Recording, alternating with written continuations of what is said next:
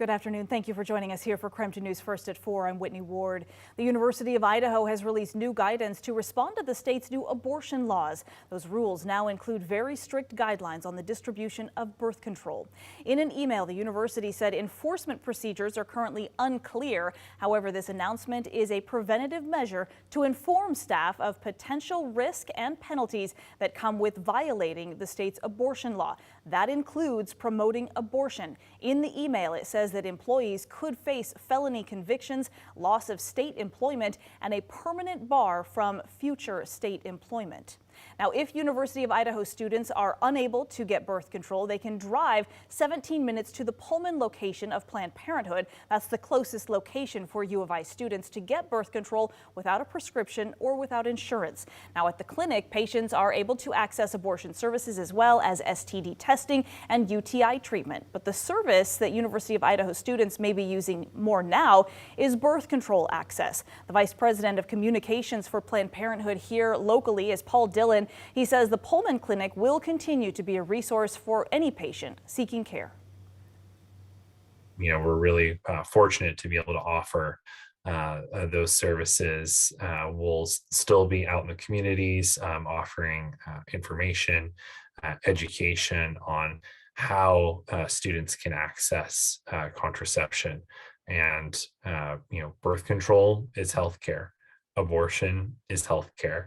And healthcare is a human right, and we're not going to stop providing these critical services. He says the Pullman location has watched Idaho patient numbers increase since July. In fact, he says from July to August, the clinic has seen a 16% increase. He also says his team is continuing to monitor the impact from Idaho's trigger ban in eastern Washington. He also emphasized that Planned Parenthood's presence isn't going away, including the student chapter that is on the University of Idaho's campus. He says conversations with chapter advisors and attorneys will be Planned Parenthood's next steps. We'll continue to follow that for you. In the meantime, KREM 2 did speak with students on campus just as news of the change was breaking. Female students, shocked and saddened by that news, told us that they have grown used to using the on-campus clinic there, but this new change will force them to travel off campus to get the health care they need. This is so close to us, and we're supposed to use the clinic, so that's kind of crazy that we can't use it for that. I think it's really unfortunate. I think that's the best way to put it, respectfully, because obviously it goes above the university, but just the fact that the university, like a college that's well known for supporting their students, especially in healthcare, because we saw that through COVID and stuff. It's just unfortunate that they have to follow the state legislation because it doesn't benefit the students and it can actually create a lot of issues. Some students on campus say they'll now have to travel into Washington to get their birth control prescriptions. In other news tonight, the family of a state trooper shot while sitting in his patrol car says he is alert and talking, but still has a long road to recovery ahead of him. The shooting happened late last week in Walla Walla, and despite being shot in the face, Trooper Dean Atkinson Jr. managed to drive himself to the hospital that day. He was then airlifted to Harborview Medical Center in Seattle for treatment. Atkinson is a 5-year veteran of the State Patrol. His father is a retired firefighter, and he told us that Atkinson, his son, went to work every day with a tattoo reminding him to always come home.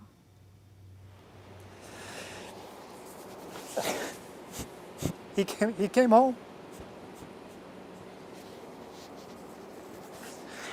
So I think he used that to generate the strength to get where he needed to be. The man who is accused of shooting Trooper Atkinson is in jail in Walla Walla, charged now with first-degree attempted murder. Well, the complex process to recover the wreckage from a float plane crash off of Whidbey Island is now underway. The NTSB and the Navy are working to retrieve that crashed sunken plane and bring those who went down with it back home. The plane crashed in early September, killing all 10 people on board, including Spokane civil rights activist Sandy Williams and her partner Patricia Hicks. Their bodies have not yet been recovered. Tonight, Kayla Lafferty is on Whidbey Island with more about how they'll be pulling that plane and the wreckage from the ocean floor. Behind us here on Mutiny Bay is the barge with the crane on it that will be used as part of this recovery mission. Earlier this morning, we saw as a pilot boat pulled up to the barge and dropped off a large group of people. We were told by the NTSB that the crew that's in charge of this recovery mission would be brought to the barge this morning. So the plane is sitting 190 feet down on the seafloor. The Navy will use a remotely operated vehicle, or ROV, deep drone to collect pieces of the wreckage, then attach the crane. The crane will then raise the wreckage onto the barge. Now, once the plane is recovered, the efforts to find answers begins. Aviation expert Scott Hamilton tells King 5 the process is complicated but possible. One of the things that they're certainly going to do is to look to see whether or not these parts were recovered and do any metallurgical tests on the parts to see if perhaps they were defective in some fashion. They'll do what they can to try to see whether or not they were installed properly or improperly.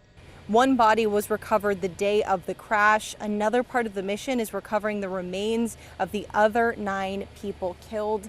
Looking again at that barge today, where the crane is that once again will be pulling up the wreckage. Now, the NTSB is now in charge of the investigation, and they say that it will take between 12 and 24 months before they're able to figure out a cause and then release that report to the public. On Whidbey Island, Kayla Lafferty, King 5 News. Well, another story we are tracking live at this hour. 2.5 million people are under evacuation orders as a dangerous Category 4 hurricane is headed straight for the Florida coast. This storm has strengthened, and all of those along the Florida's Gulf Coast will start seeing rain and worsening conditions tonight. It's already started in some places. The storm surge is the biggest concern right now. The Florida governor says it could be, in fact, historic. In some areas, there will be catastrophic flooding and life-threatening storm surge. So residents up and down the Gulf Coast right now are trying to board up and get ready. They are stockpiling and filling sandbags. Some hospitals in the Tampa area are airlifting patients now to other facilities while they can. NASA isn't taking any chances either. They rolled the Artemis rocket back indoors. Airports across Tampa and St. Petersburg are also closed.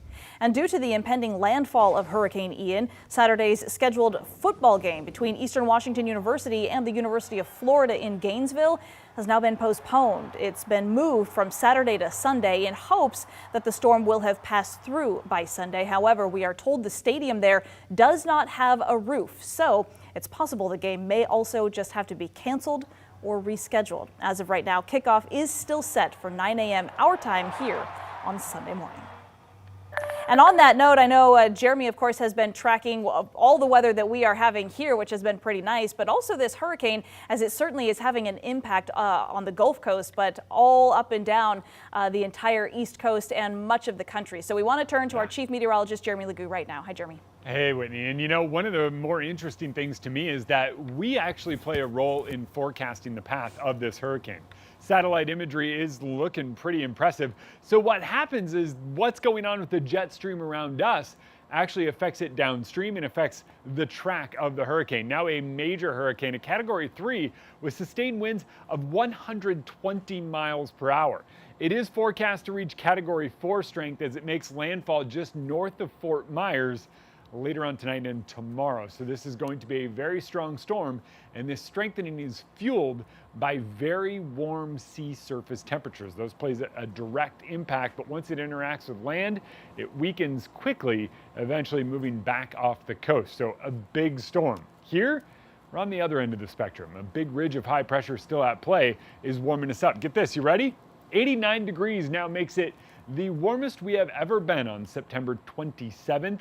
89 is a new record high. If we hit 90 degrees today here in Spokane, that would be the latest in the season we have ever seen a 90-degree high temperature. We've never done it in October, and the latest we've ever done it is actually September 25th, so kind of a big deal. All right, next storm sits off the coast, and that one's going to make its way toward us.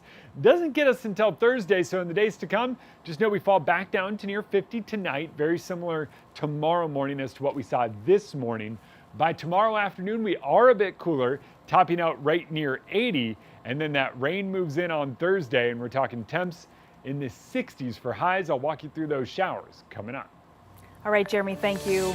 Still to come tonight on KREM 2 News at 4, mobile homes have become one of the last affordable housing options around in the Northwest. But some people are now getting price out of there as well, and some groups are trying to stop the rent increases.